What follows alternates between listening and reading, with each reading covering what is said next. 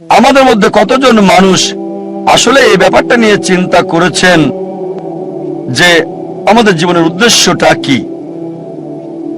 আমাদের মধ্যে কতজন এই ব্যাপারটা নিয়ে ভেবেছেন যে আমাদের এই অস্তিত্বের উদ্দেশ্যটা কি? আমরা এখানে কি করছি? এখানে কেন এসেছি? আসুন এবার এই ব্যাপারটা আমরা বিশ্লেষণ করে দেখি। আমি এখানে দর্শকদের অনুরোধ করব, আপনাদের মধ্যে কেউ যদি কখনো এটা চিন্তা করে থাকেন যে আপনার জীবনের উদ্দেশ্যটা কি, তাহলে দয়া করে হাত তোলেন। আমি জানতে চাচ্ছি এখানে দর্শকদের মধ্যে কতজন এটা নিয়ে চিন্তা করেছেন যে আমাদের জীবনের উদ্দেশ্যটা কি। এখান থেকে দেখতে পাচ্ছি 10-15 জন, খুব বেশি হলে 100 জন। এখানে প্রায় 1 লাখ মানুষ আছেন। এটা 0.1%-এরও কম। অনেকে হয়তো হাত তুলতে লজ্জা পাচ্ছেন, তারপর এটা বলতে পারি যে এই মানুষের মধ্যে 0.1%-এরও কম এই ব্যাপারটা নিয়ে চিন্তা ভাবনা করেছেন যে আমাদের জীবনের উদ্দেশ্যটা কি। এখন আমাদের জীবনের উদ্দেশ্যটা কি এটা নিয়ে জানা খুবই কি জরুরি। আপনাদের আমি একটা উদাহরণ দিচ্ছি। মনে করেন একজন লোক হাঁটতে হাঁটতে একটা মোড়ের উপরে আসলো, তখন সে আরেকজনকে জিজ্ঞেস করলো, এই রাস্তাটা কোন দিকে গেছে ভাই? সেই পথিক বলল, আপনি কোথায় যেতে চান? লোকটা বলল, যে কোনো জায়গায়। তখন পথিক বলবে, যে কোনো পথে চলে যান, কোনো সমস্যা হবে না। এখানে এই লোকটার কোনো উদ্দেশ্য নেই। লোকটা যেসব কাজ করে তার সেই কাজগুলো কোনো পার্থক্য সৃষ্টি করে না, কারণ সে কোনো গন্তব্যে যায় না। আমাদের মধ্যে অনেকেই ঠিক এভাবেই জীবনযাপন করছেন। আপনাদের আরেকটা উদাহরণ দিচ্ছি। মনে করেন একজন বিল্ডার একটা বিল্ডিং বানাতে শুরু করলো। বিল্ডিং এর ভিত্তি বানানোর জন্য সে মাটিতে বড় একটা গর্ত তৈরি করলো। তাকে প্রশ্ন করা হলো, আপনাদের বিল্ডিংটা কত তলা পর্যন্ত হবে? সে বলল, আমি জানি না। বিল্ডিংটা কত স্কয়ার ফিট জুড়ে বানানো হচ্ছে? সে বলবে, চিন্তাই করিনি। সেই বিল্ডারের কোনো উদ্দেশ্যই নেই। একবার একজন লোক তার প্রতিবেশীকে বলল, আপনার কুকুরটা সব সময় গাড়ি দেখলে তার পিছনে ধাওয়া করে। ভাবছি এই কুকুরটা কখনো কি গাড়িটাকে ধরতে পারবে? প্রতিবেশী উত্তর দিল, কোন গাড়িকে ধরতে পারবে কিনা সেটা নিয়ে ভাবছি না, আমি ভাবছি গাড়িটা ধরতে পারলে কুকুরটা তখন কি করবে। যে লোকটা বলছে কখনো ধরতে পারবে কিনা জানি না, সে বুঝতে পারছে না। আর প্রতিবেশী কুকুরটার মালিক, সে কিন্তু বুঝতে পারছে গাড়িটাকে ধরতে পারলে সে কুকুরটা তখন কি করবে। এখানে কুকুরটার উদ্দেশ্যটা কি? দুর্ভাগ্যজনক ভাবে আমাদের অনেকেই আমাদের জীবনটাকে এভাবেই পার করে দিচ্ছি, এই কুকুরটার মতোই। লোকজন গ্র্যাজুয়েশন করে, তাদের জিজ্ঞেস করবেন, আপনি গ্র্যাজুয়েশন করছেন কেন? তারা কারণটা জানে না। কারণটা এই যে তারা গ্র্যাজুয়েট হতে চায়। গ্র্যাজুয়েশন শেষ করে আপনি কি করবেন? সে বলল, আমি জানি না। আমাদের বেশিরভাগই জীবনটাকে পার করছি গন্তব্য ছাড়া লোকটার মতো, অথবা সেই কুকুরটার মতো যে গাড়িকে ধরতে পেছনে ছুটছে কোনো উদ্দেশ্য ছাড়াই। আমাদের অনেকেই আমরা না বুঝেই অন্য মানুষের উদ্দেশ্যকে নকল করি। কোন ছাত্রকে প্রশ্ন করবেন, আপনি কমার্স পড়ছেন কেন? সে উত্তর দেবে, কারণ আমার বন্ধু কমার্স পড়ছে। আবার অনেকেই বিভিন্ন অভিনেতা আর মডেলদের নকল করার চেষ্টা করে। তারা এটা না বুঝেই করে। একবার এক লোক গ্রাম থেকে বোম্বেতে আসলো বড়লোক হওয়ার জন্য। তাকে একবার প্রশ্ন করা হলো যে আপনি বোম্বেতে আসলেন কেন? সে তখন বলল, আমি হিন্দি সিনেমায় দেখেছি অমিতাভ বচ্চন খুব গরিব ছিল, তারপর বোম্বেতে এসে এক রাতের মধ্যে অনেক বড়লোক হয়ে গেল। এজন্য আপনারা প্রায় দেখবেন বোম্বের আশেপাশের এলাকা থেকে লোকজন বোম্বেতে চলে আসে যাতে সে এক রাতে ধনী হয়ে যেতে পারে। এই কারণে আমরা দেখতে পাই বোম্বেতে বস্তির সংখ্যা বেড়েই যাচ্ছে। অনেক সময় আপনারা দেখবেন যে অভিনেতা আর মডেলরা ব্র্যান্ড অ্যাম্বাসাডার হয়, বিভিন্ন পণ্যের মার্কেটিংও করে। একজন একটা নতুন গাড়ি কিনলো, হুন্ডাই i10। তাকে প্রশ্ন করা হলো, আপনি এই গাড়িটা পছন্দ করলেন কেন, Hyundai i10?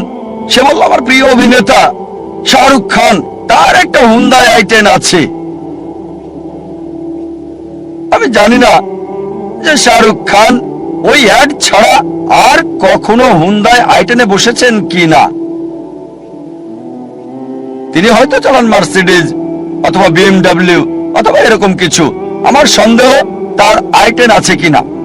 Shahrukh Khan model হয়েছেন ঘড়ির, ট্যাগ হিওর ঘড়ির, তিনি ব্র্যান্ড অ্যাম্বাসেডর এই বিখ্যাত ট্যাগ হিওর ঘড়ির। আর আমরা দেখি যে অনেক ভক্তই তার এই ঘড়ি কিনে থাকে। এখন শাহরুখ খানের অভিনয়ের সাথে এই ট্যাগ হিওরের সম্পর্কটা কি?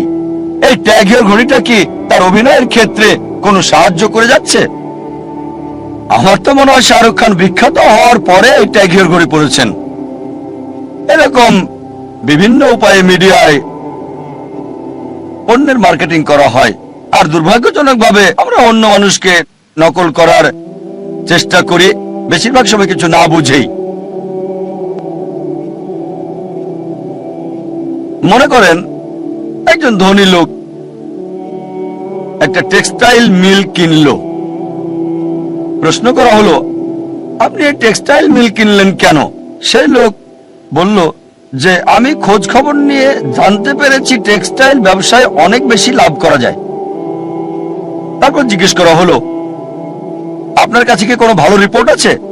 সে বলল, না। ব্যবসা দেখাশোনার জন্য কি কাউকে ঠিক করেছেন? কাউকে সেই কোম্পানির চিফ এক্সিকিউটিভ অফিসার কি বানিয়েছেন? সে বলল, না। এখানে কত % লাভ করতে চান? আমি জানি না। তারপর কাঁচামাল কোথা থেকে কিনবেন? ওটা তো চিন্তা করিনি। আপনি টেক্সটাইল বিক্রি করবেন কোথায়? সে বলল, জানি না। আপনার কি মনে হয় এই মিল মালিক টেক্সটাইল ব্যবসায় কোনো লাভ করতে পারবে? আবার ধরেন আরেকজন লোক, তার একটা উদ্দেশ্য, তার উদ্দেশ্য হচ্ছে পৃথিবীর সেরা বিজ্ঞানী হওয়া। সে কি করলো? সে তখন পৃথিবীর প্রথম মানুষ আদম আলাইহিস সালাম থেকে শুরু করে এ পর্যন্ত মানুষের ইতিহাস পড়লো। এভাবে অনেক পড়াশোনা করে জানতে পারলো যে পৃথিবীর ইতিহাসে এ পর্যন্ত সবচেয়ে সেরা বিজ্ঞানী স্যার আইজ্যাক নিউটন। আর এই কথাটা সঠিক। এটা জানার পর সে কি করলো? নিউটনের মতো হওয়ার জন্য সে মাথার চুল লম্বা রাখতে লাগলো, আইজ্যাক নিউটনের মতো কার্লি। তারপর জুতা পরতে লাগলো তার মতো। তারপর সে জামা কাপড়ও পরতে লাগলো। সেই লোক কি নিউটনের মতো বিজ্ঞানী হতে পারবে? তার একটা উদ্দেশ্য আছে, তবে প্ল্যানিংটা হচ্ছে ভুল। প্ল্যানিং অবশ্যই আছে, সে বিজ্ঞানীদের নিয়ে পড়াশোনাও করেছে, কিন্তু প্ল্যানিংটা ছিল ভুল।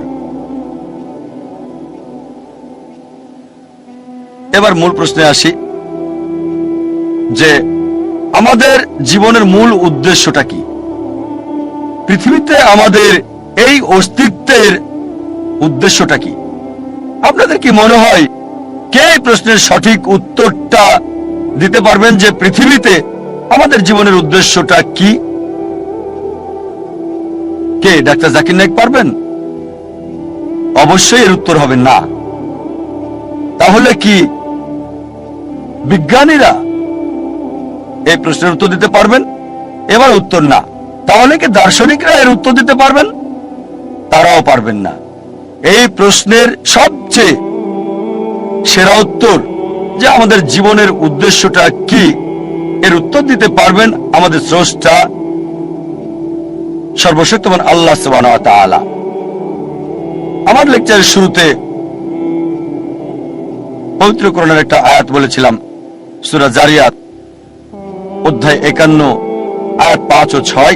এখানে আল্লাহ বলেছেন, ওয়ামা খালাকতুল জিন্না ওয়াল ইনসা ইল্লা লিয়াবুদুন। আমি জিন এবং মানুষকে সৃষ্টি করেছি আমার ইবাদতের জন্য। জিন এবং মানুষকে সৃষ্টি করেছি শুধু আমার ইবাদতের জন্য। এখানে আরবি শব্দ হচ্ছে ইবাদা, মূল শব্দ আব থেকে এসেছে, যার অর্থ চাকর, এর মানে দাস। ইবাদা মানে নির্দেশ পালন, মানে গোলামি, এর মানে অনুগত, সমর্পণ করা। সংক্ষেপে ইবাদা মানে গোলামি বা আল্লাহ সুবহানাহু ওয়া তাআলার নির্দেশ মান্য করা। আমাদের স্রষ্টা সর্বশক্তিমান আল্লাহ, যা কিছু আল্লাহ সুবহানাহু ওয়া তাআলা সর্বশক্তিমান আল্লাহ নির্দেশ দিয়েছেন আমরা মানি, এটাই হচ্ছে ইবাদা, এটাই প্রার্থনা। যেমন ধরেন আল্লাহ সুবহানাহু ওয়া তাআলা বলেছেন 5টি পিলার মানতে হবে। যদি তাওহীদে বিশ্বাস করেন যে কোনো উপাস্য নেই আল্লাহ ছাড়া, তাহলে ইবাদত করছেন, আপনি আল্লাহর উপাসনা করছেন। যদি প্রার্থনা করেন, সালাহ আদায় করেন, আপনি ইবাদত করছেন, আল্লাহ সুবহানাহু ওয়া তাআলার উপাসনা করছেন। যদি যাকাত দেন, বাধ্যতামূলক দান, ইবাদত করছেন, আল্লাহ সুবহানাহু ওয়া তাআলার উপাসনা করছেন। যদি রোজা রাখেন, ইবাদত করছেন, আল্লাহ সুবহানাহু ওয়া তাআলার উপাসনা করছেন। আল্লাহ কোরআনে বলেছেন যে প্রতিবেশীর হক আদায় করতে হবে, তাই যদি প্রতিবেশীর হক আদায় করেন, যেহেতু কোরআন বলছে সূরা মাউন অধ্যায় 107 আয়াত 7, তাহলে ইবাদত করছেন, আল্লাহ সুবহানাহু ওয়া তাআলার উপাসনা করছেন। যদি বিরত থাকেন যেগুলো থেকে সর্বশক্তিমান স্রষ্টা আল্লাহ সুবহানাহু ওয়া তাআলা বিরত থাকতে বলেছেন, তাহলে আপনি ইবাদত করছেন। যদি মদপান থেকে বিরত থাকেন, আপনি ইবাদত করছেন। যদি শুকর না খান, তাহলে আপনি ইবাদত করছেন, আল্লাহ সুবহানাহু ওয়া তাআলার উপাসনা করছেন। যদি বিরত থাকেন চুরি করা থেকে, ধোঁকা দেওয়া থেকে, মিথ্যে বলা থেকে, আপনি ইবাদত করছেন, আল্লাহ সুবহানাহু ওয়া তাআলার উপাসনা করছেন। সংক্ষেপে আল্লাহ সুবহানাহু ওয়া তাআলার নির্দেশ মান্য করলে, নিজের ইচ্ছাকে আল্লাহর কাছে সমর্পণ করলে আপনি ইবাদত করছেন, আপনি আল্লাহ সুবহানাহু ওয়া তাআলার উপাসনা করছেন। আর মানুষের প্রতিটি কাজই ইবাদত বললে গণ্য হবে যদি দুটি শর্ত মানেন। এক নম্বর হচ্ছে কাজটি করা হবে কেবলমাত্র আমাদের স্রষ্টা আল্লাহ সুবহানাহু ওয়া তাআলার সন্তুষ্টির জন্য। 2 নম্বর হচ্ছে কাজটি করা হবে সুন্নাহ অনুসারে, সর্বশেষ এবং চূড়ান্ত নবী মুহাম্মদ সাল্লাল্লাহু আলাইহি সাল্লাম যেভাবে করেছেন। যদি আপনার কাজে এই দুটো বিষয় থাকে, প্রতিটি কাজই ইবাদতের অন্তর্ভুক্ত হয়ে যাবে, প্রার্থনা বলে গণ্য হবে। যখন কোনো যন্ত্র কিনেন, সেই যন্ত্রের সাথে একটা নির্দেশিকা বই দেওয়া হয়। যদি আপনি মানুষকে মেশিন বলে ধরেন, তাহলে একমত হবেন যে মানুষ হচ্ছে সবচেয়ে জটিল মেশিন এই পৃথিবীর বুকে। আপনার কি মনে হয় না এই মানুষের জন্য এই মেশিনের নির্দেশিকা বই দরকার আছে? মানুষের জন্য সর্বশেষ এবং চূড়ান্ত নির্দেশিকা বই হচ্ছে পবিত্র কোরআন। পবিত্র কোরআন আল্লাহ সুবহানাহু ওয়া তাআলার সর্বশেষ এবং চূড়ান্ত নির্দেশ, যা সর্বশেষ ও চূড়ান্ত নবী মুহাম্মদ সাল্লাল্লাহু আলাইহি ওয়াসাল্লামকে দেওয়া হয়েছে। সর্বশেষ ও চূড়ান্ত নির্দেশিকা মানব জাতির জন্য। কোনটা করবে আর করবে না, কিভাবে একজন মানুষ জীবনযাপন করবে, তা দেওয়া আছে এই নির্দেশিকা বই পবিত্র কোরআনে।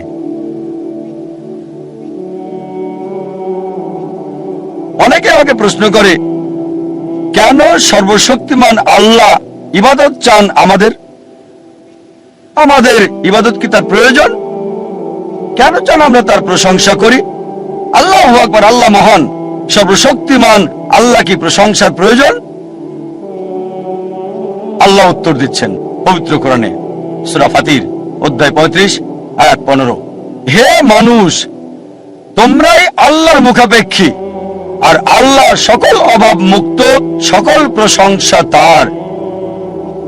কোরআন বলছে সূরা ফাতিরে অধ্যায় 35 আয়াত 15, হে মানুষ, তোমরাই আল্লাহর সাহায্য প্রার্থী, আল্লাহ সকল অভাব মুক্ত, প্রশংসা কেবল তারই। আমাদেরকে আল্লাহ সুবহানাহু ওয়া তাআলা ইবাদত করতে বলেন, তার প্রশংসা করতে বলেন, তার ভালোর জন্য নয়, আমাদের ভালোর জন্য। যখন আল্লাহু আকবার বলি, এটা আল্লাহকে মহান করে না, আল্লাহ এমনিতেই অতি মহান। আপনি আল্লাহু আকবার বলেন আর না বলেন, তারপরও আল্লাহ অতি মহান থাকবেন, এতে আল্লাহ সুবহানাহু ওয়া তাআলার কিছু যায় আসে না। তবে আল্লাহ সুবহানাহু ওয়া তাআলা চান আমরা তার প্রশংসা করি, কারণ তিনি আমাদের মানসিকতা বোঝেন।